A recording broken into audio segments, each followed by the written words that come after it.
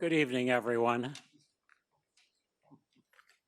Thank you for being here. I'm Bob Reitman, and it's my honor to be one of the members of the committee of the Gates Mills Improvement Society, which is sponsoring this evening, and includes Gail Palmer and yes, there you go. There's nothing like a little maturity to get in the way of life.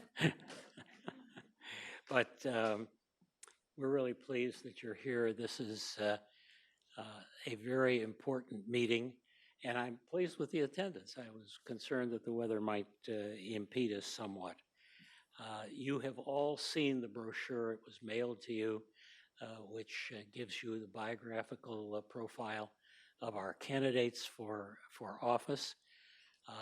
I would only tell you, even though the description is in that brochure, that Mike McIntyre, who is serving for the third time as the moderator of one of our candidate forums, is particularly skilled not only at this assignment, but on what he does in his day job. Mike, who's a Clevelander, born and still lives on the west side, I believe, of the city, but was involved in print media, the Cleveland Plain Dealer, for 30 years as a columnist. He has since migrated to IdeaStream, which is public broadcasting in Northeast Ohio, and is expanding. I might give an IdeaStream commercial since I'm still on the board. That IdeaStream is coming together with WKSU, Kent Radio, and also television, and will be rationalizing service so that both radio and television service in Northeast Ohio is going to be expanded for everyone. The channels will change a little bit, but we'll adapt quickly to that. But I think you can take great pride in the fact that we're an outstanding center of public education in Cleveland. As I was going to say, that Mike is now intimately involved in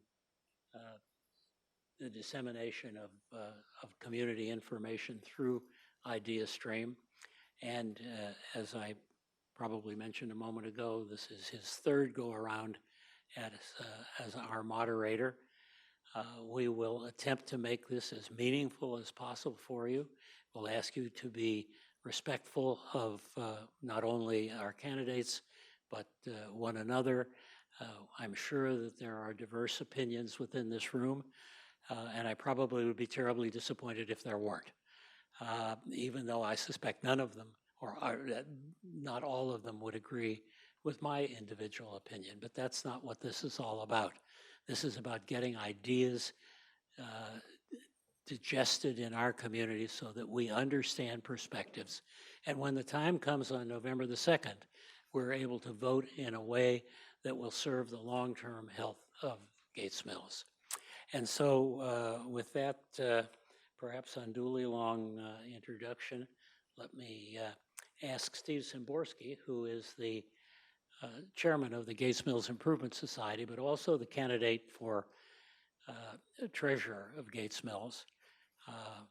He was the treasurer back in the late 80s for, I think, 2 terms. Somewhere along the line, I stepped into that path. I know it's a thankless job, but we're very fortunate to have Steve taking on that responsibility again, and I want to offer him the opportunity to say a word or two before we begin our program this evening. Steve?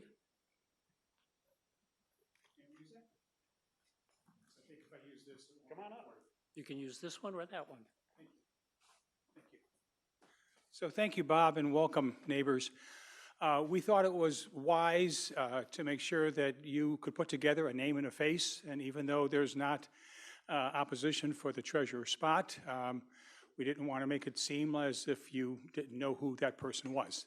So we follow the simple protocol that if you're a candidate, you need to fill out the the forum as you've all seen, and be available that night. And if there's questions afterwards or what have you, I'd be happy to field those. But we didn't want to take up the precious time that really could go towards the candidates and their points of view. My background is on here. Many of you have read it and seen it. I lived in Gates Mills for probably 40 years. My wife and I raised our 4 kids here. We love the village. We love the way it is. We were around for things like when the Conservancy started. So I've now found myself to be one of those old timers as opposed to the young kid that moved here when he was 30 or something. At the same time, I spent 45 years in various financial and leadership and executive roles, mostly in the finance area. Over the years, you can see the things I've done. I won't bother reading all that to you. If you have questions, let me know. I do think there's 2 things, though, that are on my statement that I do want to mention today. First of all, the village is in fine financial shape. I'm putting that in writing. We're now increasing the transparency of the village by having the financial reports and the treasurer's report published online. We have adequate funds. The police will be paid. The salt will be put on the roads. You may hear some conversation about we're in a deficit and so on and so forth. That may have been the case 2 years ago when there was a long-range plan. Since then, things have improved. Revenue options have been put in place. Expense controls have been put in place. Most importantly, the revenues that were projected, which were very conservative, have exceeded the amounts that were guessed at. So we are in good shape. You can read my report online, including the one that we presented at council yesterday. Secondly, the Conservancy is up for renewal tonight. I presume there'll be some conversation on that.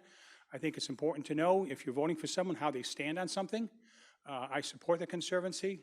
Kelly and I have supported it for 35 years that it's been around. We were here when Dan Collister, our mayor, at one time said if we create a Conservancy and start preserving the lands 30, 40, 50 years from now, we will literally be a postage stamp among all the development in the Cuyahoga County, and indeed we are. So I support the Conservancy, and I would urge my fellow villagers to support it. You may hear some conversation today that people don't like the split. Everybody could have a different number. That is the split that the village and its council members and the Conservancy and its board members came up with. It's written, and that is the way to go forward. I think it's a reasonable way. Doesn't mean it can't change. There could be another levy in 5 years that changes it. There could be enough concern from one side or the other to come back and say, let's renegotiate that. It's an agreement.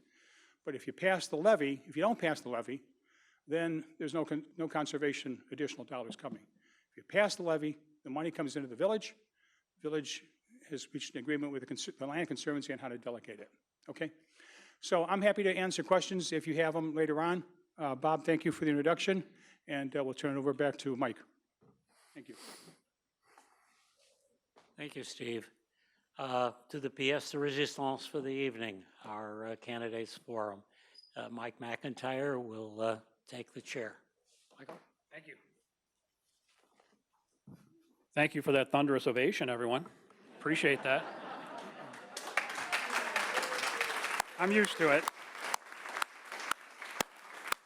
I have been here before. It's been some time, I think 2015. Bob mentioned this is the 3rd time I've been to this. Has anyone else been at one of these that I've been to before? So you might notice I dropped a couple of pounds since then.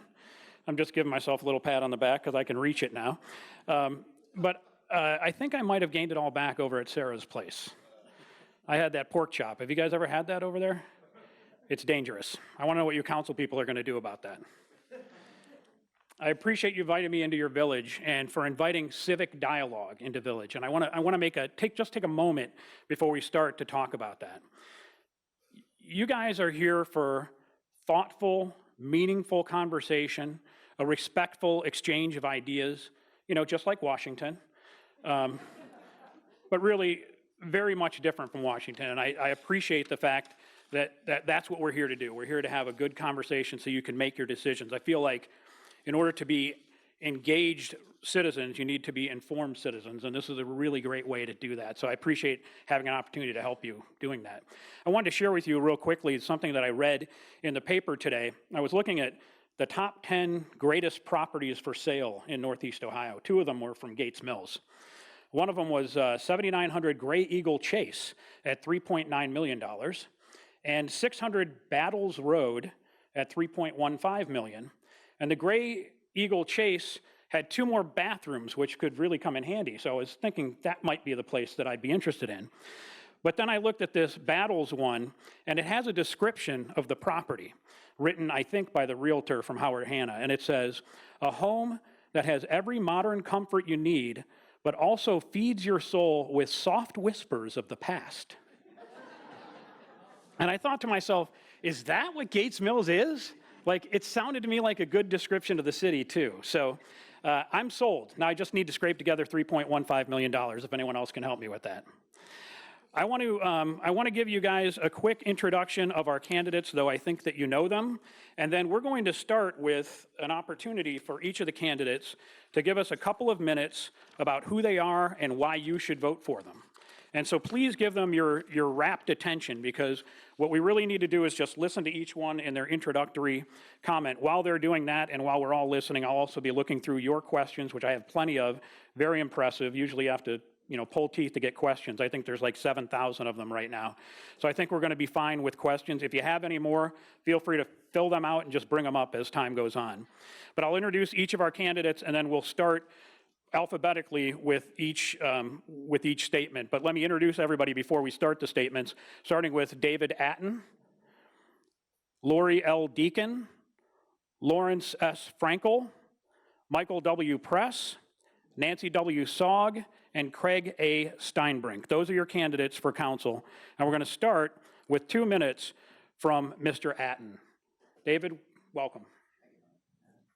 I'd like to thank the Gates Mills Improvement Society for hosting the event tonight, and I thank you all for coming. This is what we have to say.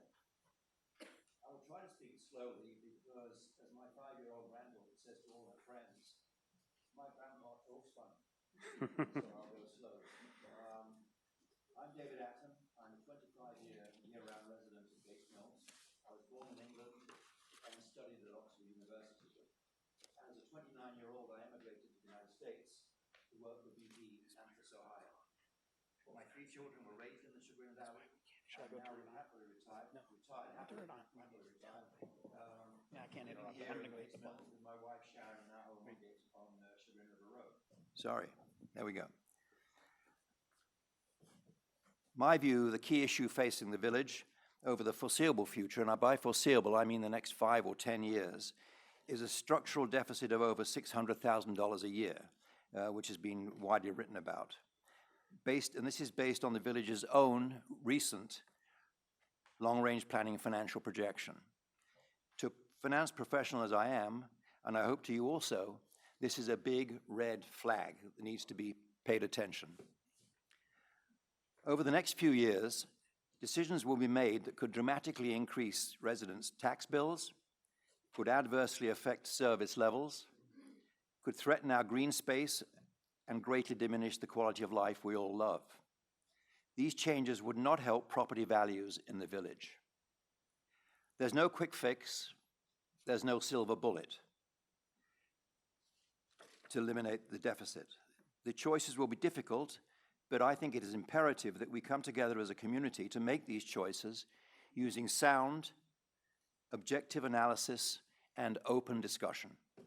Furthermore, we must insist that village officials solicit and respect the views of all villagers, not just a select few.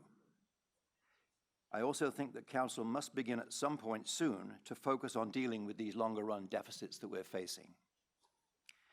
I've been persuaded by others that my presence on council would elevate the quality of public discussion necessary to guide the village through the financial challenges we are all facing. Just a few moments. This election is unusual for Gates Mills. It's contested, and it is a golden opportunity for you to change both the composition and the conduct of our council. I hope you will trust me and represent you, and as a result will vote for me for the Council of Gates Mills. Thank you very much. And thank you, Mr. Atton. Laurie Deacon, your 2 minutes. Thanks, Mark. So I thought long and hard about being a council member, and that's because I won't take on a role unless I believe that I can be 100% committed, that I have the skills and the ability to make a difference in the role. In this case, I believe I do, and that's the purpose that I bring to my candidacy for council. I'm prepared for the role. I've spent 17 years at Eaton Corporation in a global leadership role that brings together legal, financial, and human resources, or people, which is my favorite part of my job. And also is demonstrated with my nonprofit work as chair of the Red Cross Board. I've been on a national council for the American Red Cross. And in all of these roles, we've had financial issues, we've had blood shortages with the Red Cross. We've always been able to work together to find solutions that make sense for the organization. I know how to build positives.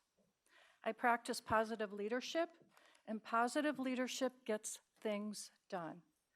Because it's always about, how can we make this work? How can we make this work?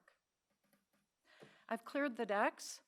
Now that I have rolled off some significant roles at the Red Cross and my alma mater, Dartmouth, I am ready and willing. I have the time and energy to commit to the role. I am a working resident, so I am working full-time. However, since all the bios indicate your age, if you look at mine, I'll be 65 next year.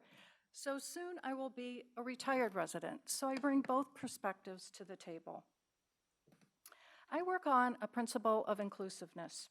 To me, this means including everyone's ideas, their thoughts and perspectives. We're adamant about that at Eaton. We think it makes a difference in our decisions, and we think we are better because we are inclusive and also collaborative in how we go about what we do. Couple of moments. So I will build on the positives, the unique nature of our community, and I can assure you our history will be held close, and that we will continue to honor the beauty of our land and also keep our eye on the financial accountability as well as integrity, and finally, make sure that we have all the services that will keep us all safe. Thank you. Thank you.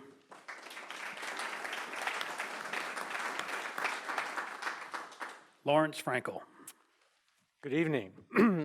Over the past 9 years as one of your council members, I have enjoyed the collegial environment in which our council has worked together, making decisions with the best interests of you, our constituents, in mind.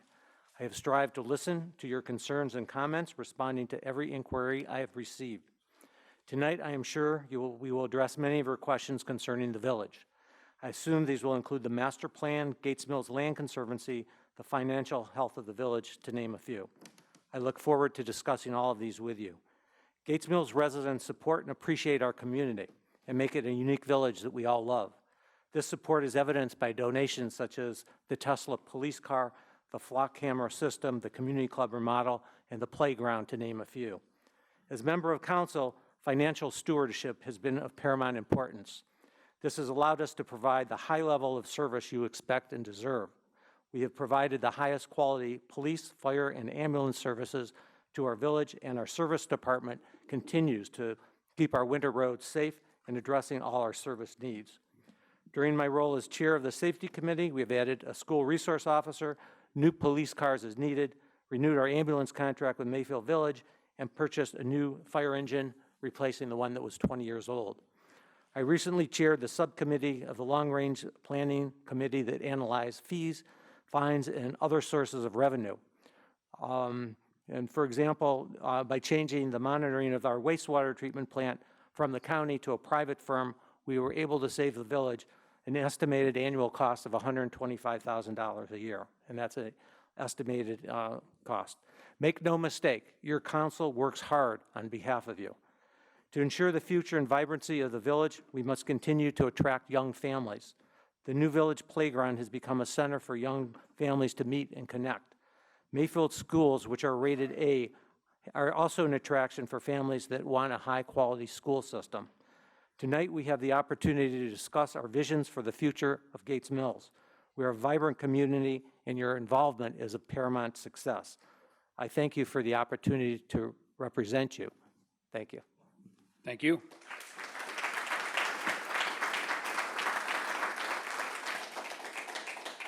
Michael Press. My name is Michael Press. I've been in the village for 43 years, moved here in 1978.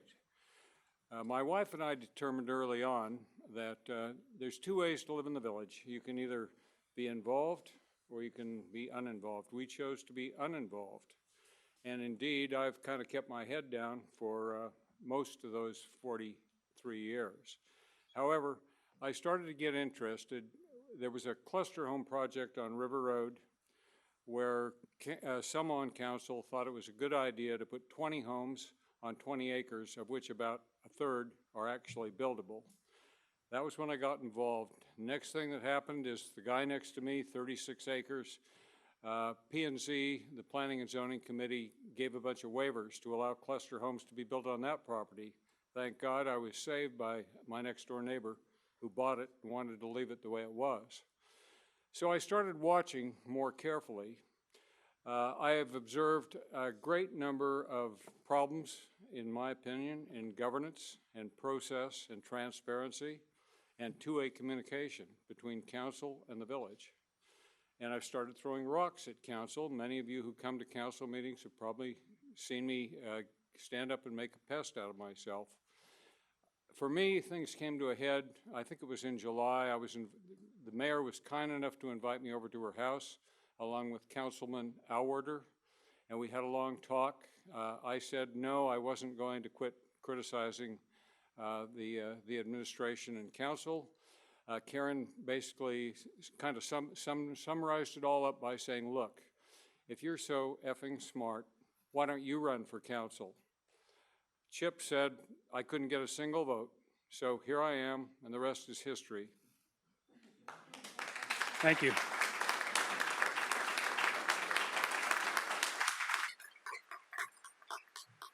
Nancy Sogg.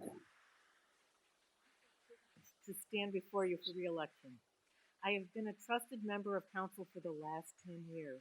My long experience in healthcare, where I addressed reductions in revenue and the need to improve customer service, prepared me to embrace improving our village services while maintaining its character, quality of life, safety, and beauty. As a proven leader, I expect to build on the progress we have made, reducing our debt to zero with no increase in taxes. I have shown that we can beautify the village, improve services, and be fiscally responsible. Over my years on council, we have improved transparency in our actions, listening to all voices, inviting those with new ideas to present in open forums to understand residents' views. We have implemented myriad actions, including improving our website, making all of council's and committee's actions available online. We have added Reverse 911 and Gates Mills Connect, and of course, continue to use our Pink Sheet newsletter to reach residents regularly. We have improved workflow in all the departments and have automated functions with updated programs and administration. I have spearheaded programs to take advantage of outside resources such as NOPEC to reduce villagers' costs for gas and electricity. I've worked with our safety forces to evaluate the cost of our dispatch services and responsiveness to villagers. We value cooperation, respect, and innovation, placing residents' interests first on our agenda. We have established norms for decision-making and managed disagreement without being disagreeable. We have evaluated services of outside vendors to pick the best and most economical for our needs. I look forward to engaging with residents on our long-range financial and master plans to guide our actions going forward. I am committed to maintaining Gates Mills as one of the most desirable places to live in Northeast Ohio. Thank you.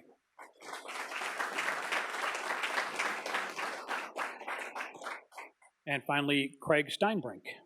Hi, good evening, everyone, and thank you for being involved in your community. My name is Craig Steinbrink, and I'm a 20-year resident of the village.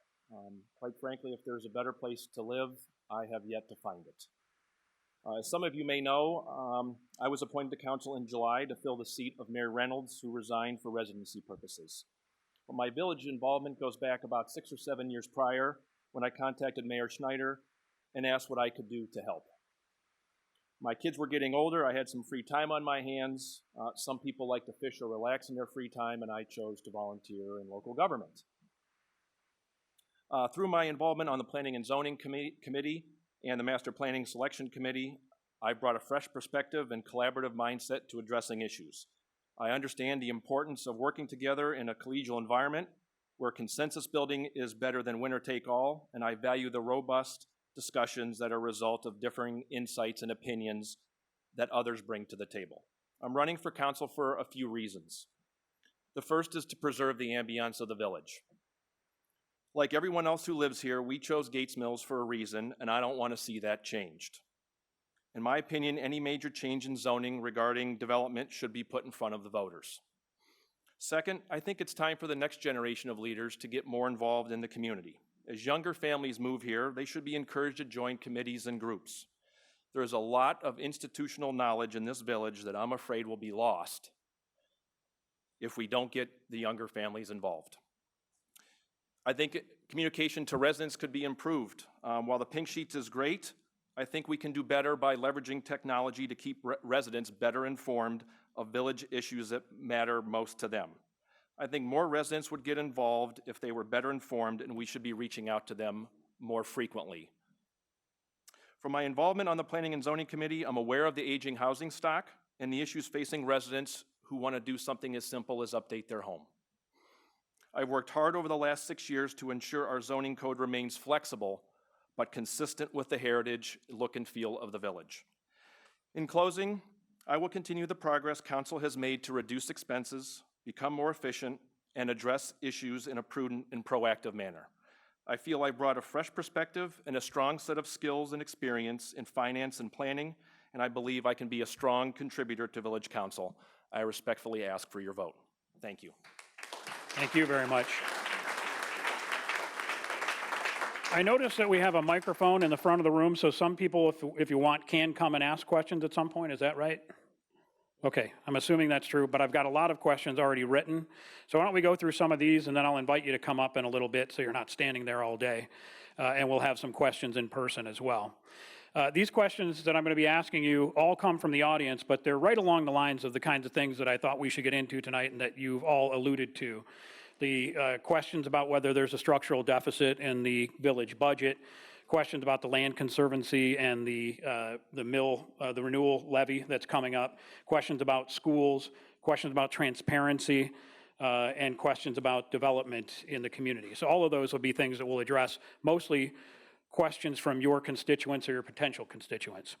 The way I'd like to handle this is not necessarily we go down the row and not everybody has to answer each and every question. So I'll kind of get the ball rolling. If you give me a little high sign that you want to jump into this conversation, we'll have you come on in. And I'm going to keep a clock that's just kind of internal, but if you start to, you know when you go too long. When you get to that point, I'll kind of let you know and maybe we can move on to the next topic. For the first question, and this comes to all of you, but I'm going to direct it first to Mr. Atton, because I had read in the Chagrin Valley Times a quote from you where you said there was a clear reluctance of council to involve villagers in the conversation. And so this leads into that question.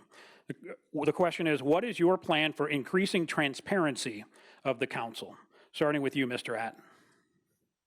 Will you turn your microphone on, please, the little button?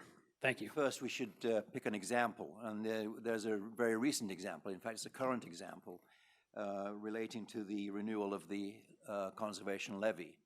My impression is that for almost 6 months, 2 people from council and 2 people from the Land Conservancy were negotiating this new arrangement, which was shifting monies away from the Land Conservancy to the village. And I was amazed that the villagers weren't invited to participate in those conversations before the deal was struck, as Steve Siemborski mentioned. And I think there would have been ample opportunity for villagers to give their points of view, because people feel very passionately about this, and yet 4 people decided what ought to happen. And I think that it would have been very simple for the land conservancies to go to their base and ask the base what they thought. And remember, the last time the levy was renewed, it was a 2-to-1 win in the election.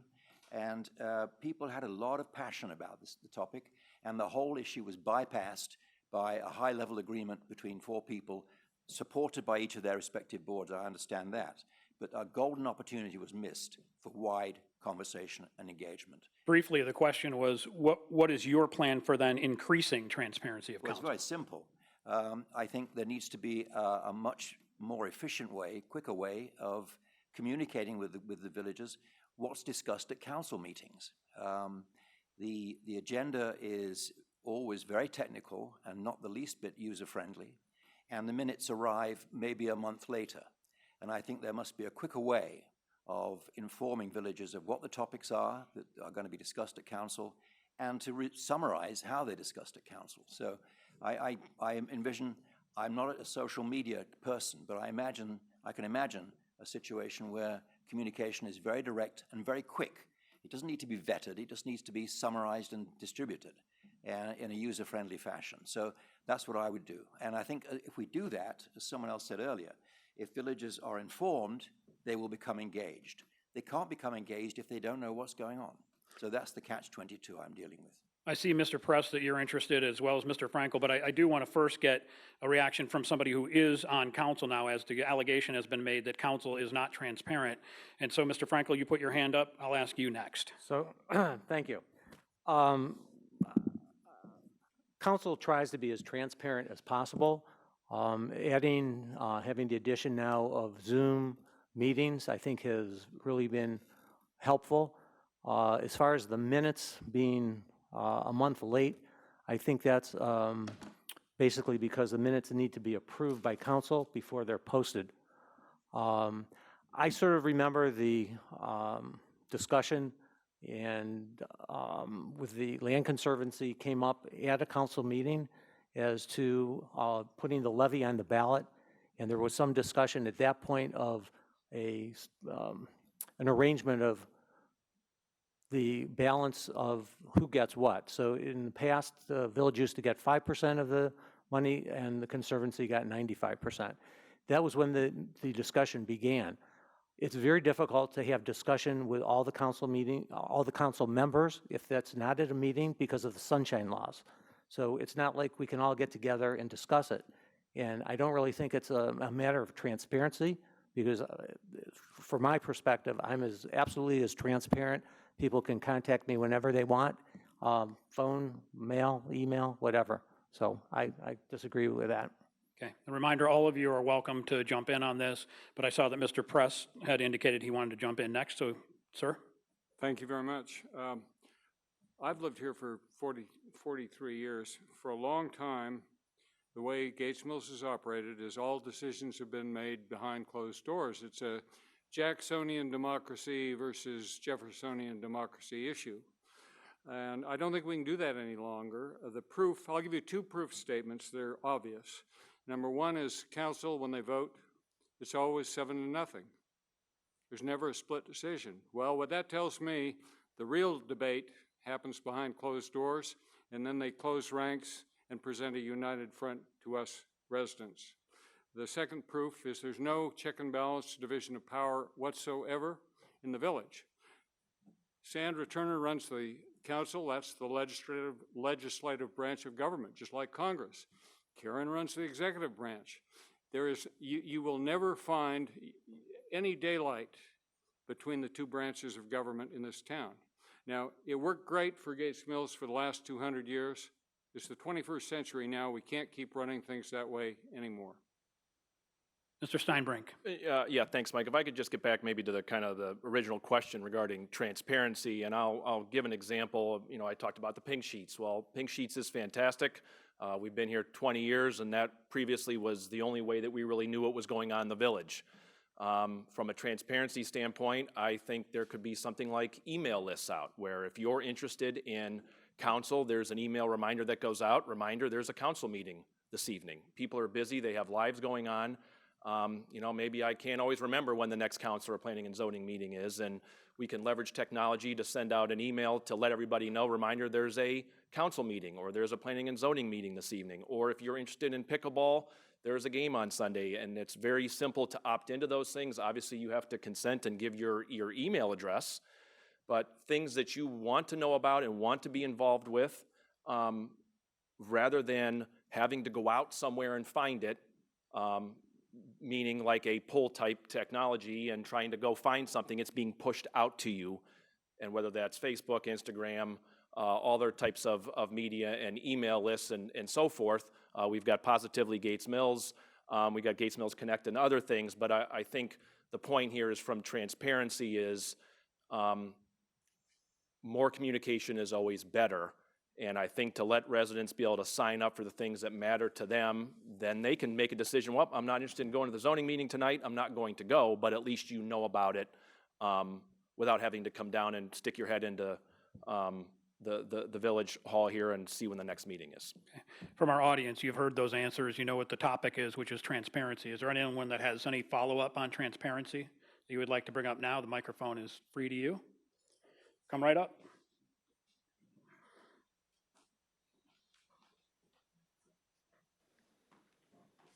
Easier said than done. Hi, Sharon Bodker, Sugar and River Road. The question I had about transparency was with respect to the recent land conservancy discussions with council members. According to Rob Galloway and Nat Smith at the town hall meeting, discussions began around January. Residents didn't hear anything about it until the May 27th council meeting. To me, that's a lack of transparency. That could have been avoided by, for example, Sandra Turner talking about it during the routine reports that are given at council meetings. That didn't happen.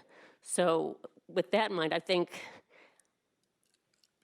I don't understand how we can use the land conservancy levy or the conservation levy as an example of good transparency, because it wasn't. So that's just my comment. Thank you. Does anyone want to reply to that? Ms. Deacon? Yeah, thank you. Thanks, Sharon. So it does seem to me that the Land Conservancy had an obligation, definitely, to talk to its members. I think, you know, maybe that's an opportunity for improvement for the Land Conservancy when something large like this is coming up, to talk to its members, get a sense of what their concerns are, because they are representing them. And it sounds like there's an opportunity, you know, as you said, Craig, for council, maybe to put out there things that are coming up so that people have notice of it, so that they have a chance to talk to council people. You know, maybe there's meet and greets, other ways. People take information in different ways. We all have so much coming at us. So lots of reinforcement of what's going on. It might have been out there once in the pink sheet, and boy, I would have missed it, right? I mean, because we just, we're busy, we're seeing lots of things, so lots of repetition, and then really understanding how people want to be communicated with. So, you know, I like pictures, I draw diagrams. Other people like words or sounds. So just really understanding, you know, what are the ways that we need to communicate, because we all hear differently. Okay. So I think it's an opportunity for improvement for council and our organizations. Councilwoman Sogg? Can you? I guess I'd like to see this kind of a group come to our council meetings. We usually have 2 people in attendance, and it's published every month when our meetings are, you all know. I would like to have only one comment on the Conservancy levy, and that is it came up at the Conservancy annual meeting 2 years ago that the levy was coming up. We didn't have a in-person meeting last year, but it's been on the radar screen that the levy was coming up in the next 2 years for some time. And there has been a lot of discussion among villagers about their views on the levy. So I think that it's kind of been an undercurrent, and it really didn't come to council until after there was discussion among those who were interested in what was going to transpire. So I think as soon as council had that in front of it, it was published and it was notified to residents. So we had 3 months before and we had to pass the ordinance to put the levy on the ballot at a certain point in time. So that was critical. So I think that there were months in which residents could make comments both to the Land Conservancy and to council about this. And if we could be more transparent, I welcome, and I love the idea of Facebook and Instagram. If that would help people, if all of you are doing that, I commend you, and if you have the time. So I really hope that we will increase our communication. I do think Gates Mills Connect is a way of increasing that communication. We already have some email addresses. Maybe people would let us use their email for that purpose.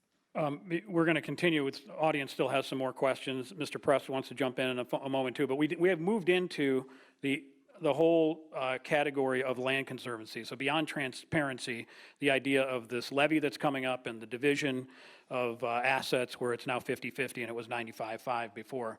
Can I just get a quick show of hands? Who is in favor of the levy and will vote for it? Okay, so audience can see that? All right, very good. Not from the audience, but from the candidates. Were there further questions? Mr. Press, I'm going to let you go ahead now, and then this gentleman, I think, wanted to come on up, so feel free. You've got the floor for just a moment, though. Fine. Well, I agree with everything the questioner said. Nobody knew what was going on. Even when the council voted on the agreement between the Land Conservancy and council, no one in the audience had ever seen a copy of it, so there was a total lack of transparency.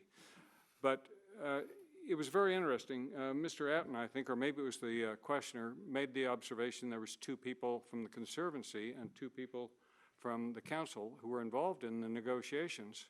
Well, I got to tell you that Sandra Turner was on both sides of the table. She's a mayoral appointee to the Conservancy, and she's on council. So she was on both sides of the table. What's up with that? Okay. Sir, welcome.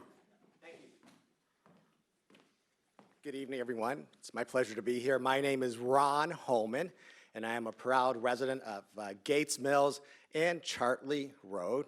And my wife, Susan, and I have been here for 15-plus years. And my single question, I won't say for today because I may have others, is for Michael Press. In your campaign piece, you talked about the problems relating to transparency. And tonight, you've spoken extensively about the problems with transparency, really, I guess, the actual lack of transparency. Other than what we've talked about tonight on that subject, can you identify 3 specific and discrete problems that you have observed by going to various council meetings? And separately, can you identify 3 solutions or 3 steps that you would take to increase transparency if you were a member of City Council? Thank you. Let's start with 1. Well, I can give him 10, but give me 10, that's fine. Let's picking up on one of the other speakers here. The agenda doesn't say anything about what's happening. It doesn't get posted till 24 hours before the meeting, and even then, it gets posted grudgingly. The agenda ought to tell people the pink sheet ought to tell people, or somebody ought to tell people what's coming up well in advance. When they interviewed for the replacements for Mary Reynolds' seat, those should have been public. The deliberations by council, they can be private, but the interviews of the 5 candidates should have been public. Clear violation of the sunshine rules. I mean, the council is well-meaning. They just don't know what the sunshine rules are. So the solution, he asked for a solution too, would have been to have those in public. Generally speaking, the solution is 2-way communication where council signals in advance what they're going to do and lets the people who live in this town are all very successful. That's how we all got here. There's a lot of smart people in the audience. There's a lot more IQ out there than there is up here or on council. They should use it and take advantage of those resources. Okay, thank you. Was there anything else from the audience on this topic, or we'll move on? Yes, ma'am. Hi, Hi, good evening. Rita Penny Borovica, Dorchester Road. I first want to make an observation that the question initially was, what are the plans? And I have to say that when I was reading through this document, one of the things that I kept saying to myself was, what is the plan? I love the idea of transparency, but what are the plans? And I think Craig came close to it with talking a little bit about email, but I want to point out how easy transparency and communication is. I've been to a couple of these meetings based on some folks who've sent emails out called concerned residents. I've been involved based on a single email that goes out to a group of folks in this town that has gotten me involved and woken me up. I'm sitting here thinking to myself, SMS, text message, emails, live platform. I mean, these are simple things to talk about. It doesn't have to be a council meeting. These can be community meetings. I work also in the corporate environment. I work for Amazon Web Services. We constantly hold roundtables. I wouldn't have the partnerships that I do if I didn't reach out and ask questions all the time. I'm not a leader in business because I'm the smartest person in the room. I'm a leader because I know that you have to involve everyone around you to get a really good plan and very good ideas. So one thing I did not hear tonight were plans, and I think that's something I would like for all of you to take away and think a little bit more about. Thank you for the question. So we did hear some plan from Mr. Steinbrink and some others. Does anyone else want to offer a specific plan for increasing transparency or the idea of listening to others, involving more people in the democracy? Mike, Mr. can I make Atton. a general comment about transparency. I think council historically would always errs on the side of secrecy. If there's a reason that they can make it secret, they choose to do so. And I believe they should err on the other side. I think they should always say, how can we make this truly public? And I think retreating to secrecy, executive sessions, whatever it is, even having meetings outside council, is just not the way it's supposed to be. And I think council should be erring on the side of communication and transparency. And I think the current council does not do that. Mr. Frankel, do you think that's a fair criticism that council errs on the side of secrecy? Not really. It's possible that it's perceived that way, but it's definitely not intentional. As Nancy had mentioned, like, usually there are like 2 people, maybe 3 people that will come to a council meeting. There's always time at the end of the meeting for the audience, general audience comments. That would be a very good place for people to start coming and talking to the council and asking questions. We were talking about transparency for the Gates Mills Land Conservancy. As one, being on council, the first I heard of the split agreement was May, and that's when we started discussing it, and the levy was coming up, and there was some discussion about putting the levy on the ballot. And I had made a point that I don't think we should put that on the ballot until we have an agreement so that the electorate knows where the money's going. And that's when the negotiations that I heard about started. And they may have been before, but they weren't like, we didn't know about that. So I don't think it's transparency that it's intentional. So. Thank you. And I think I got the honorific wrong. It's Dr. Frankel. And if I get anyone else's wrong, please let me know. Okay, thank you very much. All right, we're going to move on to another category, and that's going to be talking about money. We've got a question from the audience that said Stephen Siemborski claims a surplus for 2021. Actually, I think you said that the revenues were better than expected and that the hole was kind of closed. But David Atton states that Gates Mills is facing a $600,000 deficit. He's not the only one, and there's been a lot of news coverage about a deficit. So the question from the audience is, can you clarify? And we can go further than that and just talk about whether or not you believe that the village's income is in good shape, and if not, what would you do about it? Who would like to take that one first? Nancy Sogg. I have participated in several long-range plans over the years that I've been on council, worrying about whether our revenues were going to be sufficient for our expenses.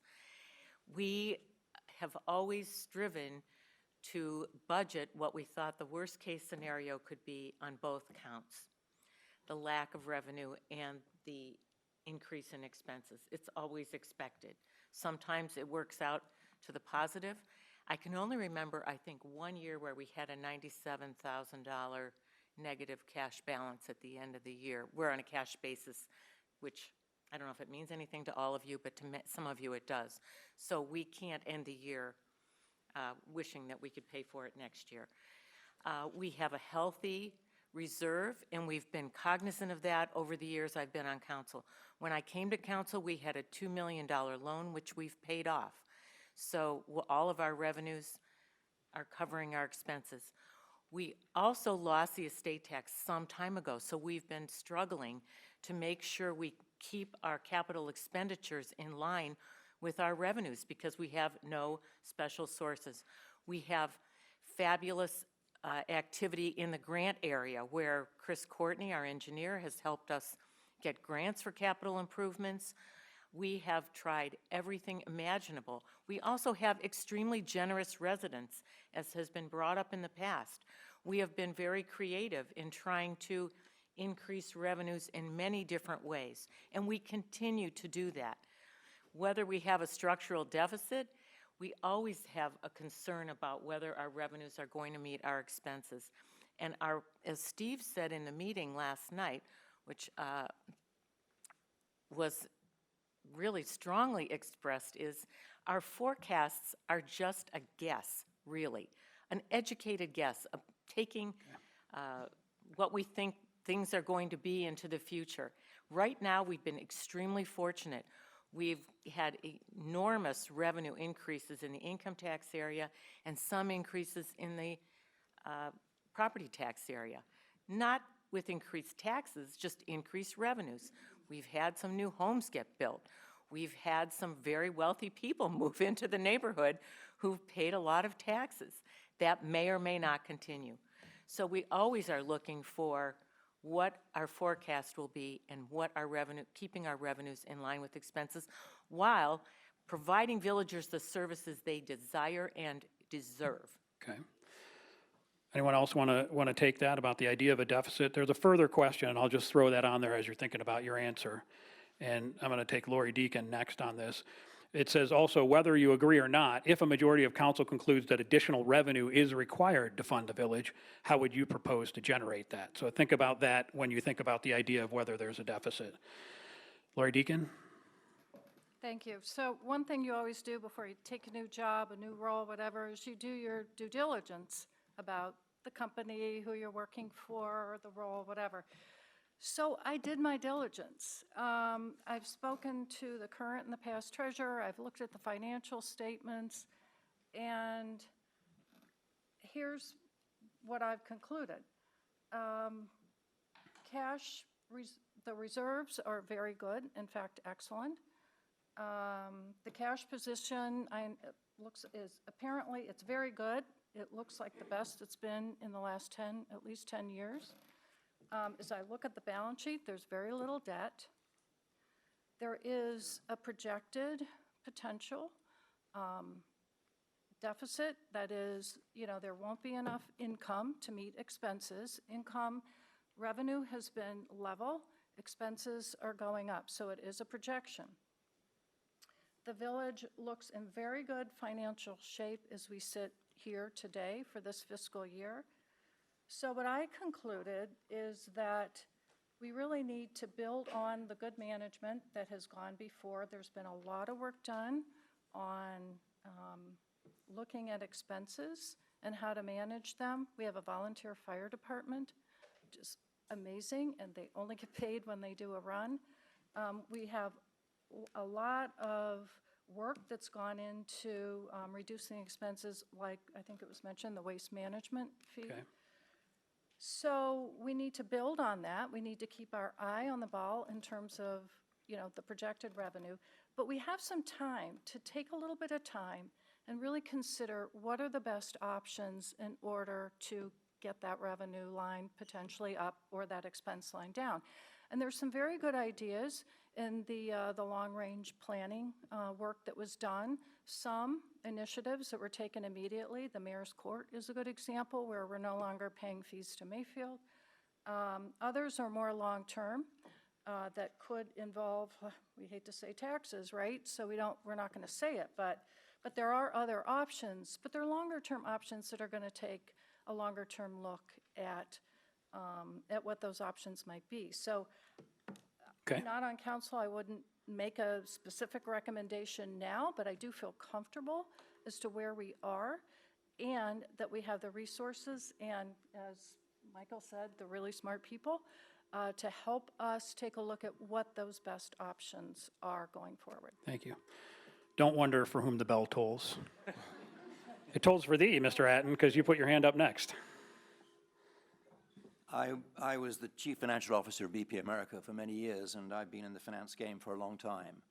And financial statements, by their very nature, are entirely backward-looking. So the document that Laurie was looking at is at the end of July, I would guess, and it looks very good. It looks very good. But the village has a long-term projection. Yes, it is a projection, but it was made by thoughtful people trying to get a realistic view of what revenues and expenses would look like. And lo and behold, it came up with a $600,000 average deficit across the 5-year period. So that to me is a red flag. We can't just dismiss it and say things will be okay come the day, because I believe there are solutions available to us if we work hard and think hard, not just council, but everybody else, that might take time to implement. So I think the cushion of cash that we have right now, we're very fortunate to have it. It was partly fortuitous, partly by good management. But I think some of the ideas that we're going to have to embrace, if we're not going to just raise taxes or cut services or whatever, will take time to develop and implement. They may not be successful, but we've got to start trying. And I think the sooner council starts to address these issues with the help of input from villagers, the more likely we are to deal with the deficit when it comes. Now, my own view is that that deficit is understated. I believe there are costs that we're going to incur because we all know weather is much more serious now than it's ever been before. Climate change may be the cause, but we certainly have more frequent heavy rains in this village and worse heavy rains in this village. And it seems to me that the roads and the fact that we're on hilly terrain means that flood management is going to be crucial. And I think we need to have a holistic response to that, not just a resident by resident response. That would be expensive. And I think it's damaging our roads in a way that wasn't happening before. So my view is that the $600,000 could well be understated rather than overstated. If you could offer one of the ideas, though, that if you were to say we need to either reduce spending or increase revenue, what would it be? Well, my personal view is that this will take a moment. You've got exactly 1 moment. The real estate taxes people pay in this village, 60% of it goes to Mayfield City Schools. 15% goes to the village. So every 6 months we individuals send a check up to Mayfield City Schools. The council has no interest, and the village don't appear to have any interest in managing Mayfield City Schools.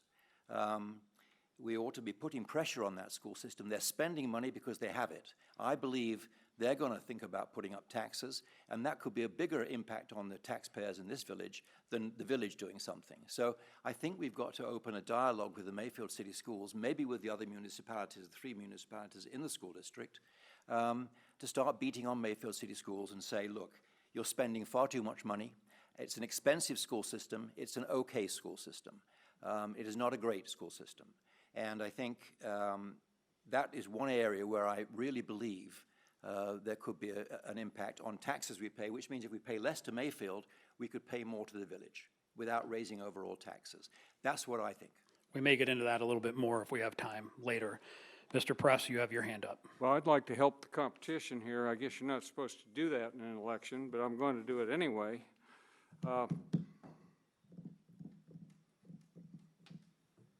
I think raising taxes is the last thing we want to do. If we had to do it, I suppose we would do it. But it's the last thing to do. I think there's a lot of areas where we can take out costs. And let me pick on one that's a very big prize because I want to get back to my favorite theme here. We're spending $11 million. We send $11 million a year to Mayfield School District. We don't have very many students there. And the consequence is we're paying $110,000 per student. But we could send them to Harvard and Yale for that price easily. One of David's ideas that he brought to me, and I think is a hell of a good idea, is to set up our own school district. We run the elementary school and educate kids through, say, grade 6 or 7, and then we'd use vouchers and give vouchers to the residents, and they could send their kids anywhere they wanted, public or private. How are they going to get them there? Sorry? What about transportation? How would they get to those? I haven't worked that part out, but Gilmore and Hawken aren't very far away, nor is West G. And West G is open, and as David, if we switch to West G, it's a higher rated school system. We'd save $4 million a year out of that $11 million a year, right off the bat. Now here's the punchline. David and I have approached the mayor. The mayor will not even listen to us. She says this topic is radioactive. So it may be a radioactive topic, I don't know, but we at least ought to be able to talk about it like adults. Dr. Frankel, you are on the Mayfield School Liaison Committee and have said in your statement that a strong school system is an important attraction to families, and I'll continue on that committee, which has supported the success of the schools. So what are your thoughts on this whole conversation? Well, first, I will say that Mayfield schools have been rated as an A-rated system. It's number 16 in the Cleveland area by the NICH rating system, and Newsweek rates it as number 98 in all of Ohio. So I think we have a strong Mayfield school system. I understand the approach that Michael is suggesting. I know that Hunting Valley tried something similar last year, or 2 years ago, where they had something in the Ohio budget line item that would have capped the amount of money they paid to Orange School that was vetoed by DeWine. The House had a law where you could change school systems in districts, which has been taken out or repealed. I believe went to the Ohio Supreme Court. I'm not sure the ruling has happened yet, but it was Plain City Schools versus Stark County. So I think the concept is great, but I don't think it's going to happen just because of the law in Ohio. The other thing is, right now, I think funding of school in Ohio is sort of in a flux. It's being debated in the state legislature of what is fair funding and how should schools be funded by property taxes, and lower income areas, should they be getting more money, less money? So I think this whole area is something that is just up in the air right now. I think that debate's been going on at the state level for 40 years. Yeah. Yeah, something like that. One of the questions then is, and it's been brought up, that we should put, we meaning you, the village, more pressure on Mayfield schools. That's what Mr. Atton said. And meanwhile, when you vote for a levy, you're a very small block of voters. And when you vote no, it doesn't seem to matter. So what would all of you suggest, or if you agree with that, to exert more influence on Mayfield schools to affect some sort of different change? I'll ask someone else because it was your idea and then come back to you. Nancy Sogg? Well, we've tried to find someone to run for the school board in Mayfield schools that had at least children in the schools or would be committed to having a voice for Gates Mills on the Mayfield school board. We used to have a representative from Gates Mills on the school board, and I encourage any of you to run for the school board in Mayfield schools. That would be a huge help. I think it's unrealistic to think that Mayfield schools would not pursue legal action if we tried to withdraw, just as Hunting Valley saw. It was a really ugly situation. And we were asked to participate, actually, in that, and we refused. So I just want to go on record saying we support the Mayfield schools. We'd love to have more of a voice. We don't have control over the school board. It's an independent organization of government. And we worked very hard over the last 10 years with the liaison committee that Sandra and Larry have worked tirelessly on to improve communication, improve Mayfield Schools marketing, because they are a very diverse district. They don't come out in the numbers the way they should. They have 23 AP programs. That's more than Shaker Heights. I mean, it's a really terrific school system. Whether or not you want to send your children there is a choice for each Gates Mills resident. But there's Mayfield Schools has a lot to offer. And so we should be doing our best to try to help them do better while we are in their district. All right, Mr. Atton, and if anyone else has anything that they want to add about schools or education in Gates Mills or beyond, you feel free to just let me know. Mr. Atton. We all acknowledge, I think, that the separation and transferring of one district to another is a very, very difficult process, unlikely to succeed, but it is legally possible. It's a long shot. But what I learned in that process was that Mayfield City Schools is an expensive school system. I've worked in Cleveland schools for a long time as a volunteer, and in the process, I've learned a lot about school finance. And I realized that the Mayfield City Schools is an expensive school system. They spend more per student than a number of neighboring school districts. And it's not clear why. And I've been to several Mayfield City School Board meetings, and they rarely ever talk about expenses. And when a business or an institution has a lot of money, they don't worry about expenses. They worry about other things, building things, decorating things, that kind of thing. And on our ballot on November the 2nd, I have it right here in front of me, there is an election for the board of the Mayfield City School System. I think that's as big an issue on our ballot as anything else we're talking about this evening. We've got one issue, which is the uncontested treasurer appointment. We've got the council, which we're talking about. We've got the levy we've talked about. But down here at the bottom, 7 candidates for 3 seats of the Mayfield City School Board. And although we have no control over Mayfield City Schools, I think we have a lot of influence. And if we allied our influence with Mayfield Village, Highland Heights, and possibly parts of the population in Mayfield Heights, I think we could exert some leverage. It would be informal, bully pulpit kind of thing, where you were getting a popular movement to challenge an institution, because they do not talk about costs, and they're not really concerned about costs. And that, to me, as a finance person, is negligent. Thank you. If there are any other questions about schools specifically and school funding, then come right up, sir. And you as well afterward. We're going to try to get people to take a first bite of the apple first. So if you're putting up your hand for a second My name time. is Charles Spear. I'm probably the only person here who can't say I've been here for a long time. I've lived here 10 months.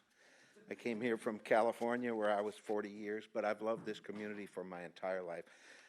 When motorcycles were quiet, I rode them up and down Chagrin River. I'd just like, as a clarification, it's been said here that we are spending $11 million a year, and it's $110,000 a student. So that means there's 100 students from this community in the Mayfield school system. So if I have 3 kids, it's costing $330,000 to send them.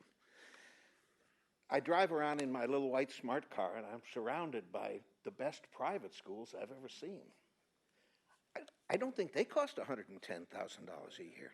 So that's my one comment. The other one that I'd like to make is, it seems to me in Washington they're about to give away $3 trillion for infrastructure, and Chagrin River Road's a state road, state highway. And if we need water, flood control, et cetera, I presume somebody here thinks it's a really great idea to go to Washington and get our share.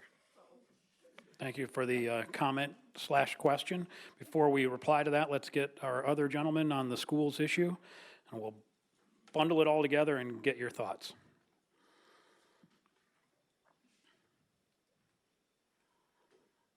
My name is Mark, and I want to thank you. You all taught me something today. I had no idea that it was $110,000 per student. I've sent 5 kids to Ivy League schools. I've never paid half of that. There's something insane with that.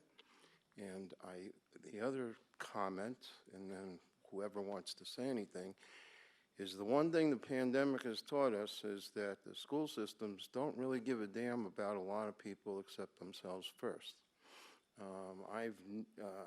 They always talk about how essential they are, but they sure didn't act as essential as a lot of other fields did. And I personally, and I know my wife feels the same way, I have no great desire to give them any extra funding. I've never seen a situation where people get to sit at home in their underwear and get full pay. Thank you. I'm glad you brought that up. That gets a round of applause. Underwear gets a round of applause. I'm glad you brought that up, because this is one of my first in-person events in the last year, and I was just checking to make sure I was wearing pants, and I am. So everything's good. You all, Mike? Oh, do you have a question? Come on up. I think you could hear me without going over the microphone. I just wanted to come back to Laurie Deacon's comment about, and Steve Siemborski's comment at the outset, about the fiscal status of the village. And everybody is looking at the most recent financial statements and has concluded that things look just rosy.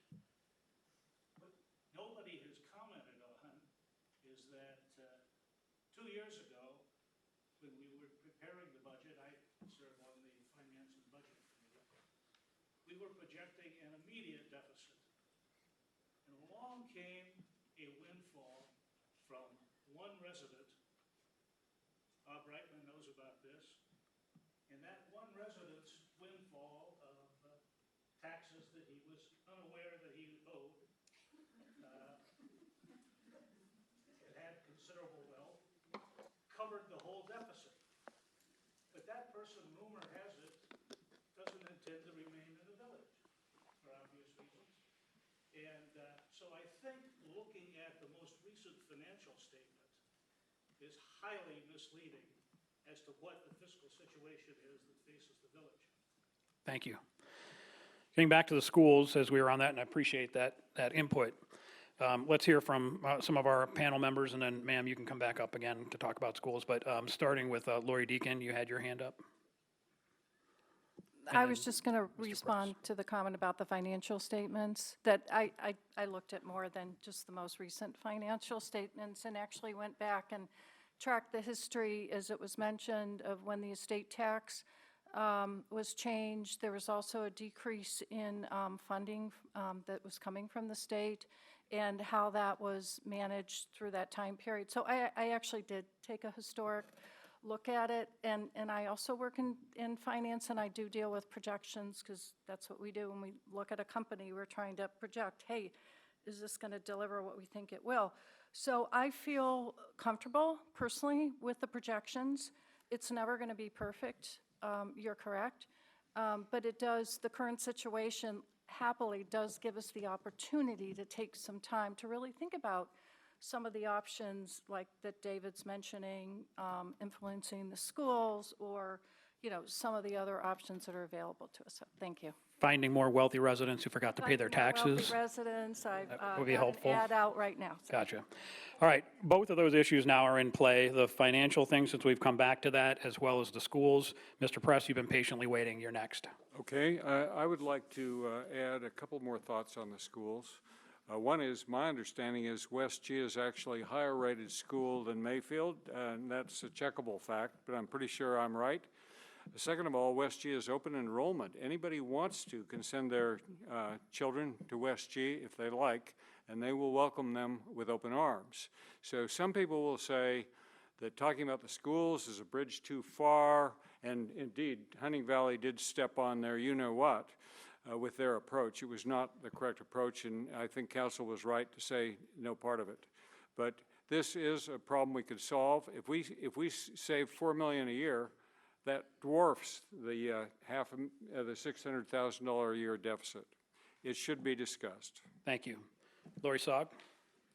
I'm Nancy, but. Sorry, so Nancy is Sogg. Laurie. There was a guy named Laurie Sogg who was a labor... Great colleague. A labor leader. There was a labor leader in Cleveland named literally Laurie Sogg. So All right. I'm very sorry about that, but he was, anyway. You can call me anything. Nancy, my apologies. At any rate, I want to make it clear that there have been 2 long-range plans in which we've implemented some of the suggestions and ideas. We continue to work on others. If you look at the long-range planning results, and I know Steve Siemborski, our new treasurer, has started to look at those, we have committees that are working on implementation. We have tried to find ways to increase revenue without increasing taxes. We're well aware of it in council. I'm on the Finance and Budget Committee and have been for the last 10 years. I've served on the long-range planning committees. We have lots of options, and I think Laurie has the most cogent idea of saying we have time. The wonderful thing about this surplus that we have now is that we can continue to work on implementing those things that help us to increase revenue without raising taxes, which I'm committed to, and I think that it's a real possibility that that will occur. Laurie Frankel? I'm making everybody Laurie now, so it doesn't sound like a mistake. Mark next. McIntyre. Exactly, Mark McIntyre, we're all on Okay, point. so I wanted to make a comment. Charles Spear, are you still here? He had a great point, and we just had, wrapped up the engineering committee. It was a subcommittee that interviewed engineering companies, and we brainstormed. And one of the things that we talked about, and I'll mention again later, is we decided we needed to come up with a 5-year, a 10-year plan for water management and for road conditions, and that we need to be ready when the infrastructure bill is available, which will come to the state and then will be trickled down to county, and county will be helping us. That will be a huge source of income to the village for repairing our culverts, stream management, road repair. So nothing definite yet, but we're working on it. So transparency is there. Come to the meetings, listen. That would be my advice. Thank you. Thank you. Mr. Steinbrink? Just a couple of comments. Number one, on the fiscal standpoint, I give prior council a lot of credit when the inheritance tax was repealed in the state of Ohio in 2012. I don't know how many of you are familiar with it, but the village was averaging about $1 million a year in revenue from that inheritance tax that overnight was eliminated. Now, the easy thing to do would have been to go to the voters and say, hey, listen, the inheritance tax was cut, taxes are going up. But I give prior council credit for not taking the easy way out and saying, listen, we need to take a look at the budget. We need to get some of the community members involved and some citizens involved. And this is almost a decade ago. $1 million a year has been taken off the top line, and yet, in my opinion, I think the service that's being provided is still superb. So that, I just want to make that comment briefly on the fiscal, and then on the schools. You know, listen, I think it's real easy to talk about a big bureaucracy like a school system. My 2 kids went to Gates Mills Elementary. I could not have asked for a better school for our 2 kids. We've got Arch there, the school resource officer who's out playing with the kids, acting as a role model for, frankly, some kids that need some role models in their lives. And nothing makes me happier than to see a police officer playing catch or playing basketball with kids at recess. The fact of the matter is, and I think Steve made a comment about what Dan Collister had said about, you know, listen, in 30 or 40 years we'll be a postage stamp in an area of development. Well, Dan was right. We've got about 800 homes and about 1,800 or 1,900 residents here in the village. And so the math will never work. So, you know, listen, if we cut the bill by $4 million, it's still $50,000 a year to send your kids there. And I would say that still doesn't work. It's still too high. So, you know, the privilege that we all have in living in a rural area, the math, doing math like that will never work in my opinion. And Hunting Valley, frankly, had a lot of egg on their face, a lot of bad blood with the Orange school system. Could it have been handled differently? Absolutely. But I think these large numbers of $4 million and millions of dollars in savings by, you know, frankly, leaving a good partner, leaving the school district. Again, I'm not saying it's perfect. No school district is. Find me a school district where their costs are going down and not up. Find me any organization where the costs are going down and not up. So I just think we need to be careful about some of the paths that we go down and the kind of the law of unintended consequences. Certainly we can have those conversations, but I think the reality is much different. It's just not a realistic solution. Nancy Sogg. I guess Mike McIntyre brought up the idea of giving examples. And I was struck when we talked about infrastructure, because we're all hoping for a huge windfall of infrastructure so we never have to pay for another road in our lives, because the $2 million we borrowed was to put the roads in the first place. And as Chip Allwooder would say to me at every council meeting when I said, you know, the roads are getting to be 20 years old, and we really need to be thinking about how we're going to finance repaving and redoing as it's necessary. So I'm going to give an example real quickly of collaboration and persistence. Our mayor and our council spent a huge amount of time agonizing over how we were going to pay for the repaving of Cedar Road, because one side is Hunting Valley, one side is Gates Mills, and part is the county. And so we struggled. I mean, we were looking at a $650,000 expense for Gates Mills, and Hunting Valley was like, we don't really care, we're never paving that road. We don't really care what it looks like. You may recall, it was like so many potholes that I think even the sheik who owned that Hunting Valley property probably lost a Humvee in there. However, our mayor persistently worked with the county, and I have to tell you, she spent so much time, and she was able to negotiate a deal with the county because they had some money, and we paid $100,000 of a $2 million bill, and Hunting Valley paid $100,000, and the rest was paid by the county. So I got to tell you, there's lots of creative solutions. We have hardworking people who have really put a lot of effort into making sure your taxes don't go up and won't go up. We can't promise that will never happen, obviously, but we work very hard to make sure that that doesn't happen. Okay. We have many questions from the audience. We're going to take those. I'm going to take first-time questions, I'm sorry, because there's so many others, and I want to make sure everyone gets a chance and be as fair as we can about that. I've also still got a number of questions here, and we haven't really gotten into the idea of development and lot sizes and those types of things in town. So that might be another line of questioning. But, sir, right here in the front row, did you have your hand up? Or ma'am? Ma'am, yes, thank you. I thought you didn't want me. No, I do want you.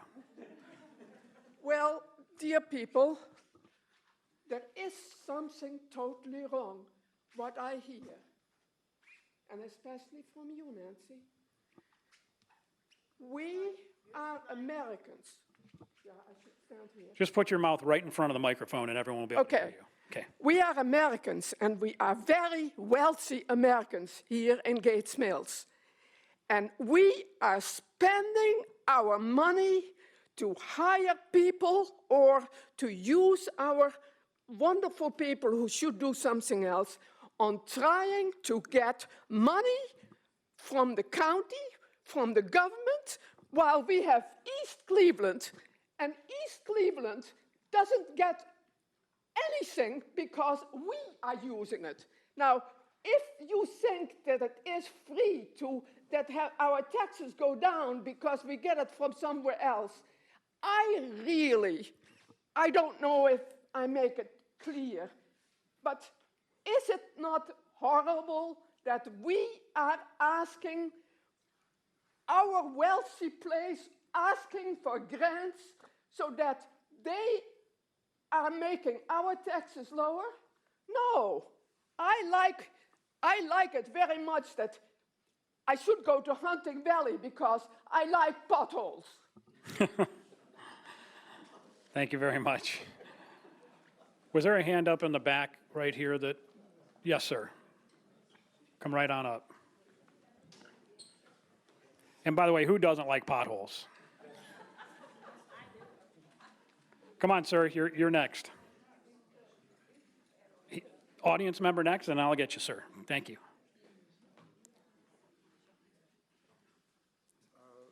My name is Richard Bull. I've lived here 40 years or more. Pick the mic up, Richard. What I am concerned about is spending in the village. I operated a recycling business for many years, hiring people to drive trucks and so on. And I picked up in Moreland Hills for about 20 years, Hunting Valley for 4 years, Wade Hill for many years, and when I bid on Gates Mills, they turned me down, even though I live here. But anyway,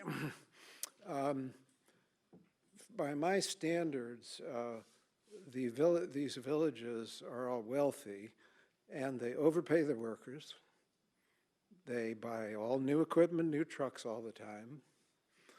And I don't like it in Gates Mills when our workers are paving the roads, because obviously the equipment they use for that is not used efficiently because we use whatever we have use very little, whereas we should subcontract it, or I mean, we should hire people from outside to do that. We should hire people to clear the roads when there's a storm and trees fall on the road and everything. And I think we could cut a lot of the workers that we have, hiring people to mow lawns by bid, and all that. We could reduce the expenses in the village tremendously. That's my thought. Thank you very much, sir. Let's respond to that, but I think first, Mr. Press, you had your hand up on another issue. I did. I'd like to tie together the last two questioners who addressed us. I do think there's scope to do things better in the village. I'm not against trying to go to the federal government, but frankly, the Lord helps him who helps himself. We should solve our own problem, and if we get that money, that's a windfall. But we shouldn't rely on it. We had a long-range planning committee.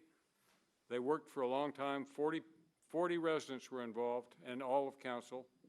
They didn't really solve the problem. Okay. And to the point about contracting out city services or village services in order to save money, does anyone have any thoughts about that issue that was just brought before you? Could I comment? Yes, you may. I think one of the most critical services that we have is the EMS service, which at the moment is provided by Mayfield Village under an outsourced agreement. Which service did you say? EMS. Thank you. And I've been doing a lot of canvassing lately, going house to house, and I've heard a number of situations where unsatisfactory response times were a reality. And in one case, 23 minutes for fire to my house with 2 children. That's the fire department, right? And then this is the ambulance service, basically. Yeah, we outsourced because we were going to save some money. But the other side of that coin is, are we diminishing the quality of service by so doing? And that's the balancing act that people on council, I'm not on council, but it's the balancing act that people on council have to conduct. And every time you outsource something, you have to question whether the diminution in quality service is worth the savings. And that's a tough call. Laurie Deacon. Or, as you know, because we worked on outsourcing projects, right, at BP, David. So you have to set metrics that you measure them against regularly to really know if you're getting the level of service that's required and hold them to it. And, you know, you don't pay the full fee if the KPIs, which are the metrics that you use, aren't being met. That would be response time. That's a good one. There's all sorts of metrics that would come with that. So, you know, that really would be a simple solution to look at if we are outsourcing, and probably should do that pretty quickly, because we shouldn't be paying full price for something that we're not getting the level of service, and that's a critical service. So, if I may, the problems we're talking about here are life-saving situations, not purely just saving money or whether the road is properly fixed or not. These are life-threatening situations where diminution in service could be deadly. And I think, therefore, the test for outsourcing those kinds of services has to be a far higher hurdle than for outsourcing road maintenance or grass cutting or whatever else you choose. Okay, thank you very much. And by the way, I'm known in my other job as the acronym fighter, so we all know EMS, Emergency Medical Services, and KPI is Key Performance Indicators. Okay, so that's, Right. Now we're all following along. Did anyone else have anything to jump in with on that particular topic? Because I've got more questions here from the audience. We have one right here. Yep, yes, ma'am. Then I'll get to some of the ones that you all wrote out. A couple years ago, you guys outsourced dispatch to save money. I've made, 1 or 2 phone calls where I've had to sit on the phone and explain exactly where I was. When we had people, I love the girls that were here, at dispatch 24/7, they knew exactly who was calling. I say, I'm Caitlin Navasel at the corner of River and Mayfield. Oh, yeah, okay, we'll be right there. I was on the phone, and I said, I was explaining this situation. I saw a car drop off somebody at night run across Mayfield Road. And so I called the cops and, or police officers, and it went to Chagrin Dispatch, and I'm trying to explain the situation, and the dispatcher had to correct that I said cops. I wanted to get it out as fast as I could. I said, I just need some cops here, because I think, I saw some activity that, doesn't look, is shady. So she's like, actually, they're called police officers, and where are you now? And so I ended up following the car to see where they went, and I lost them. But, it takes over 5 minutes to explain where you are or just the situation instead of just the dispatcher trusting you that you're a villager, getting your part of the call. So that's my comment. Appreciate that perspective. Mr. Press? I'd like to respond to the last questioner. Certainly, the quality of dispatch service has gone down in the village. I don't think anyone would argue with that. It was done for cost savings. The sad part is the cost savings aren't there. I've been told by people who I believe know what they're talking about, I haven't done the math myself, that the cost of dispatch is no different now than it was before. Okay, thank you. All right, I'm going to ask one of the written questions here from the audience, and this really involves, I think some of you have mentioned in the surveys and your little write-ups about yourselves and when you've talked about it, the idyllic nature of Gates Mills and how you want to maintain that and retain it. So this question asks, what are your stances on future development in Gates Mills? And I'm going to throw a couple other ones in there and we can get the gist. Another one was, how would you handle small lot zoning, especially with the new review of the master plan? And finally, can you please speak on your position regarding past, current, and possible future plans to allow for cluster development within the village? What is your feeling and why? So all of that comes together to talk about development. I think the lot size requirement here is 5 acres. That could be thrown into it too. Do you think that's something that ought to be preserved? So putting all that together, what are your thoughts on future development in Gates Mills? Who would like to be first on that topic? Yes, sir. I'm happy to go first on that one. I think we've lost way too much of the green space in the village. There's some on council who would like to continue to develop the green space in the interest of tax revenue. I personally think if we keep developing our green space, it isn't going to be Gates Mills anymore. We're going to be Beechwood or Mayfield Heights or somewhere like that. So I'm dead set against it. I'll die in the ditch to protect every last inch of green space we've got in this place. Mr. Steinbrink is next. Yeah, just, from a development standpoint, I kind of said at the outset that any major, it's my personal opinion, any major zoning change needs to go in front of the voters in a referendum for a vote. Just to make a, comment on what Mike is saying right now, roughly a third of the village is conserved property. Can't be developed, can't be built on. And so I maybe take a little bit of exception with, parcels being built on, that's private property, the rest of it. So a third of the village is either owned outright by the Gates Mills Land Conservancy, that we as residents paid for to buy that property, or there are conservation easements in place that prevent lots being built. So when you think about smaller lot sizes, we've got a 5-acre lot size now. I believe in the late 90s it was bumped up from 2.5 at that point in time. Listen, you start adding more homes in the village and it puts more strain on resources, more strain on the service department, more strain on police and fire.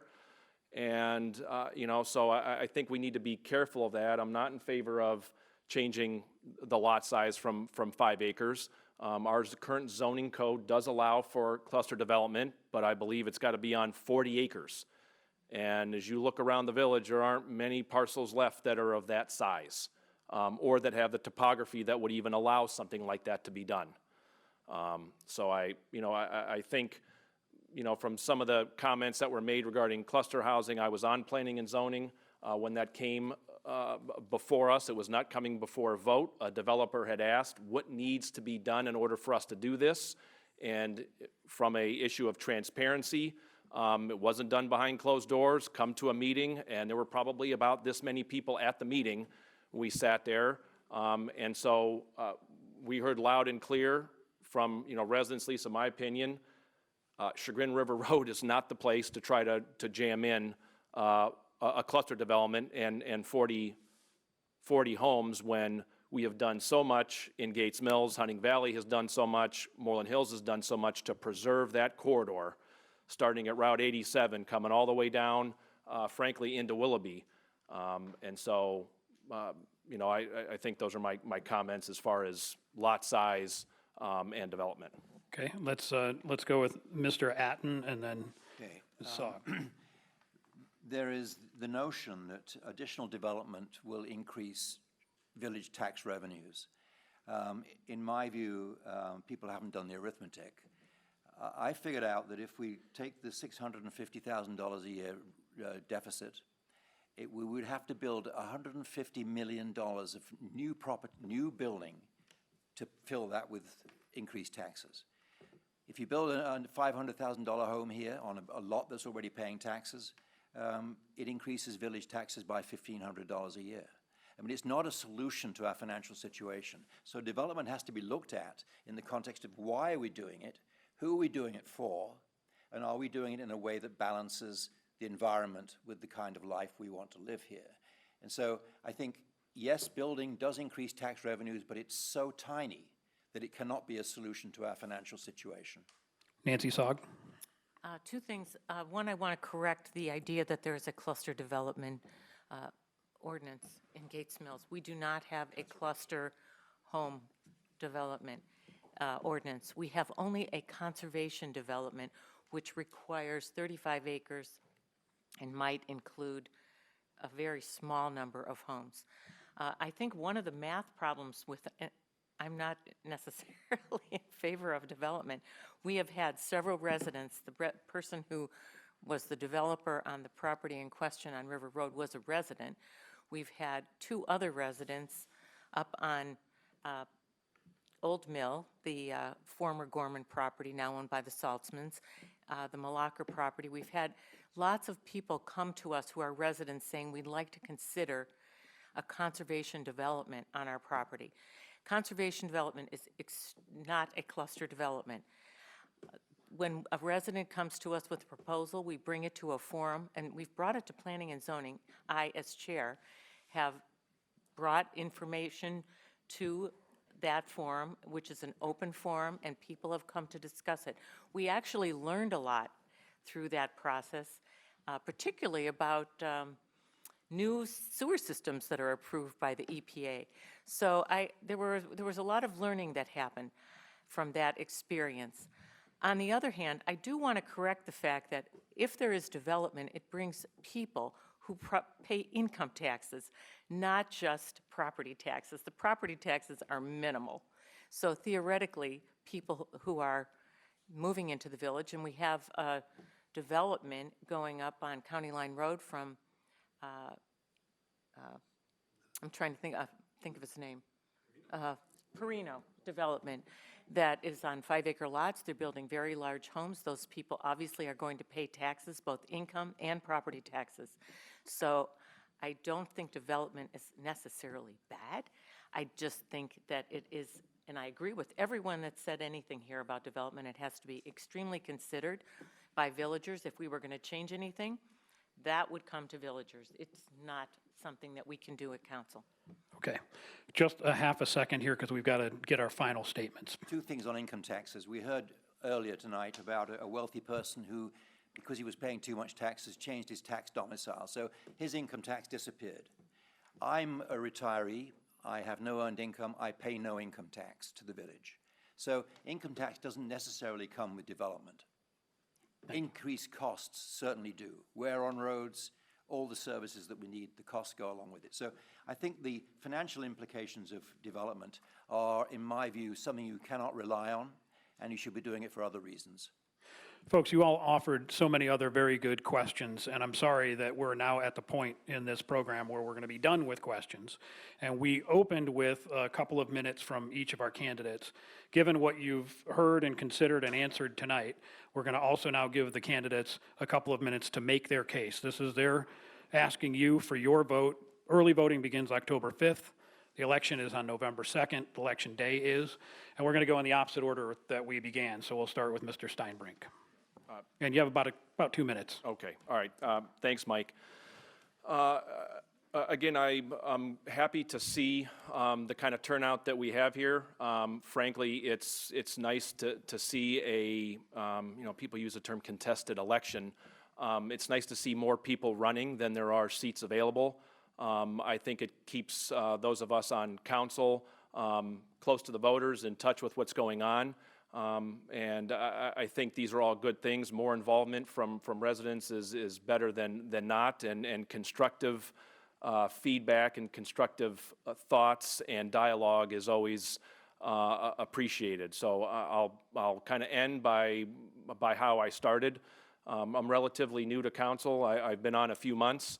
I think in a short period of time, I've seen the hard work and dedication of the individuals in our service department, the fire and the police department, the council, the mayor, all the volunteer committees.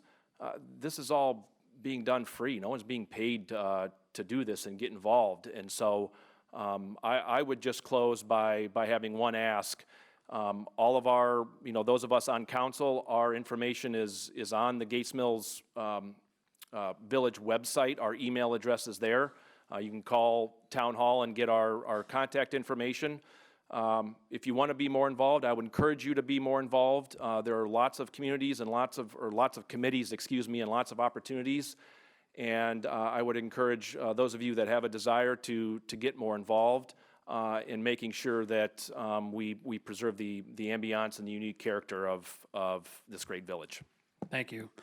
I would note, too, that in your programs today, every one of the candidates' email addresses and phone numbers are there. In some cases, their cell numbers as well. So you do have easy contact with everyone through this program that you received tonight. Nancy Sogg. I appreciate residents asking so many questions and expressing their views on what's important to them here at Candidates Night. It's really inspiring to see so many of you here wanting to ask tough questions and being engaged in the process. I was particularly struck by the passion many of you expressed in your views about the village.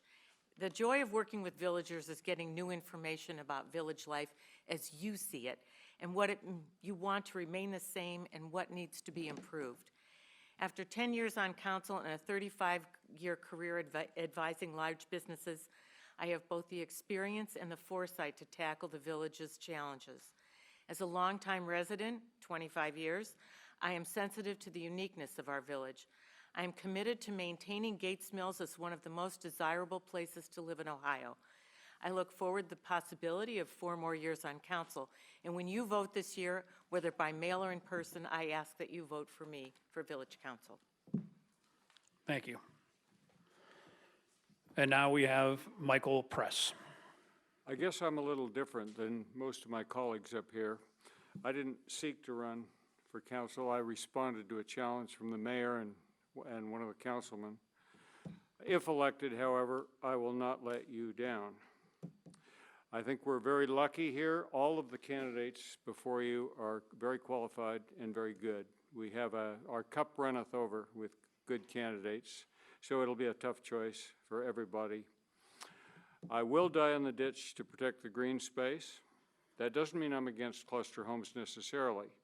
One thing that I think ought to get discussed in this village is redevelopment of existing developed real estate.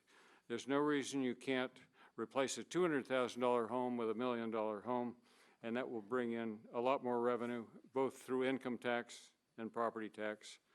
So I think it's a good idea.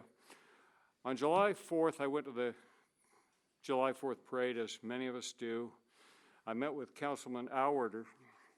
He told me I was the second biggest troublemaker in the village. So I said, who's first? And he said, David Atton. Now, I told Councilman Auwerter I don't like coming in second, and I've done my level best to surpass Mr. Atton in that regard.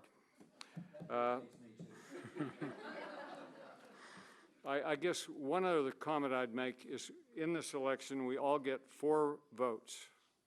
That doesn't mean you have to use all 4 votes. Sometimes less is more. Everybody should believe in something. I believe it's time we should all go get a drink. Thank you very much. Appreciate that. And the third place troublemaker was Bob Reitman, is that right? All right. Dr. Lawrence Frankel, your turn. Thank you. Well, I'm honored to be flanked by number 1 and 2 troublemakers. That's right. So what's in our future? We must first begin to develop 5- and 10-year plans for our roads and for water management. When the infrastructure bill funds are available, we must be ready with plans of how to apply for the funds and how to best utilize them for our infrastructure, such as roads, repairing bridges, for better internet access, and to manage increased water flow through our culverts and streams. I have heard talk of the village having a deficit. As our treasurer stated last evening in this council report, the village is on very solid financial footings, and I believe that. Our total cash and investments stand at over $9 million. Through careful budgeting and cost controls, council has managed over the last 10 years without the additional $1 million we used to receive from estate taxes. I am most excited for the master plan, as this will be the blueprint for the vision and the future of Gates Mills. It'll be the vision for what you, the villagers, want, and what you want the village to be and what it will look like in the future. The master plan representatives will be working with our community to conduct interviews and to find out what it is that you desire. I hear talk of cluster homes and changing zoning to reduce lot size. I like the village the way it is. I like my neighbors, I just don't want to see them. If zoning change, don't tell my neighbors that. If zoning changes were to be considered, this decision, I feel, should be made through a vote of the electorate and not through a council decision. We need to continue to attract young families to our community. We have A-rated schools that families are looking for. Marston Park is a place where kids can play and their parents can meet other villagers. Young families are the lifeblood of our future. I will be supporting the Gates Mills Land Conservancy renewal levy, and I ask that you do the same. The Conservancy will continue with their mission to conserve and to preserve. It's important that it passes. We live in one of the most beautiful areas in the country, and I'm honored to have served you on council for the past 9 years. I hope you will give me the opportunity to continue to represent you, to preserve the Gates Mills we all love, and I ask for your support for the election. Thank you. Thank you very much. Laurie Deacon. Thank you. I also was really encouraged. I wasn't sure what to expect. And I was really encouraged by the dialogue and some of the really good ideas. And I really do, I hope that we can continue those dialogues and continue to get those ideas from you because, as Michael said, there's a lot of really smart people and a lot of people who care very much about the village. I do think the master plan is going to provide a tremendous opportunity for us to be involved and to collaborate about the future. The village has hired a consultant. The consultant will do interviews and collect, and then we'll come back to us so that we are the ones, our committees are making, all of us are making some of the decisions and recommendations. So I think that is a very, very positive process. I also would encourage you to vote for in favor of the conservancy levy. I am very much in favor of all of our beautiful green space. And I love my neighbors, but also don't want to see them. So we do need to have a vote and all agree if we're going to change some of the zoning requirements. This is our home. And this is all of our home. And when I thought about my experiences, at work, some of the other roles I've had, I felt strongly that this is actually a privilege to be able to come to provide support to this community with its rich history and its green, conscious focus. I am grateful to have that opportunity. We have a rich tradition of helping our neighbors, preserving our beautiful surrounds, of community engagement, respect for others. That's what allows our village to be a model. We're a model for Cleveland and beyond. This is our home. Thank you. Thank you. And finally, David Atton. You asked a question earlier about who would vote for the levy. You didn't ask who would vote against it. Well, it was implied. If your hand went up, then it isn't? I'm still looking for And I want to talk to as many villagers as possible about it before I decide how I'm going to vote. So I don't want to give the impression that I'm not for conservation. I certainly am. This is a debate about how we're doing it, not whether we should do it. So that's, I want to correct that before we go any further. I'm a finance person by profession. I've done a lot of planning and a lot of finance. And the skills of a finance man are to be very demanding of defining the problem, pinning it down, what is a likely level of money we're going to need down the road, and then on the other hand, being as creative as possible as to how you're going to do that. And I hope that we all spend some time thinking in those terms. This is a beautiful village. My wife and I could have lived almost anywhere in the world had we chosen to. We chose to come here for all the reasons you did. Beautiful, convenient, private. But I think we've got to be very careful that we don't take it for granted. I think we must be in a position to think about it, to do things that will protect it. And that doesn't mean necessarily coming to council meetings, but it does mean following what's going on. Because if you're not careful, bad things might happen. I'm concerned about that. And there's no point complaining after bad things happen. You've got to do it before they happen. So being proactive, getting into the conversation before decisions are made is crucial, and that's what my entire thrust is about: engagement and transparency. And we cannot take Gates Mills for granted. Thank you. Thank you very much. And I want to correct the record and say I didn't ask whether you're for conservation. I asked whether you were voting for the levy, and you're correct. I should have asked whether you're voting for the levy, voting against the levy, or not yet decided and still gathering information. I appreciate you bringing that up, and something that I've learned tonight. I want to make my case, ladies and gentlemen, for moderator. I appreciate your vote for moderator. I'm going to tell you right now, I'm giving you back 5 minutes. You all can have 5 minutes of your life back because we ended at 8:55 instead of 9. Just remember that when it's time to cast your ballot. Everyone, have a great night. Thank you for this exercise in democracy. And Bob Reitman has a word or two to say. Give him a moment of your attention, please. Mike, really thanks. Before all of you folks walk out the door, I want to extend the thanks of the Improvement Society to everyone who came here this evening to demonstrate their commitment to our village and their interest in strengthening it and going forward with progress in whatever topic we are working on. I also want to thank, on behalf of the Improvement Society, the candidates who were here, who were candid, responsive to the questions that were asked. Those are the elements of building a base of knowledge on which we can all form decisions. I also want to say 3 times, Tom Wagner, Tom Wagner, Tom Wagner, which I goofed before, and to thank Tom for the help that he put forth, and particularly Gail Palmer, who was really instrumental in putting together the materials that you got at home, and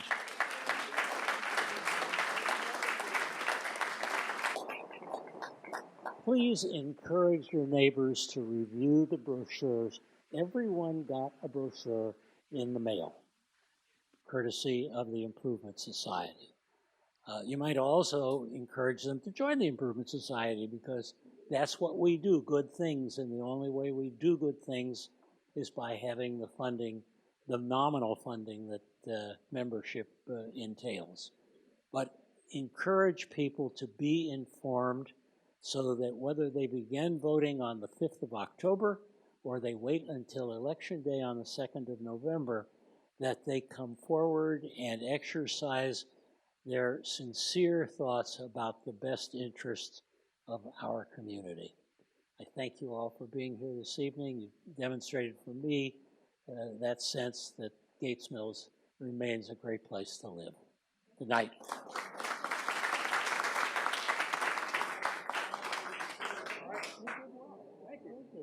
It didn't surprise me.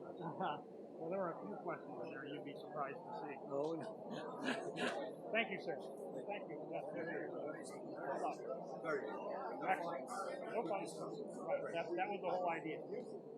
I like that your grandchild says you talk funny. Well, also the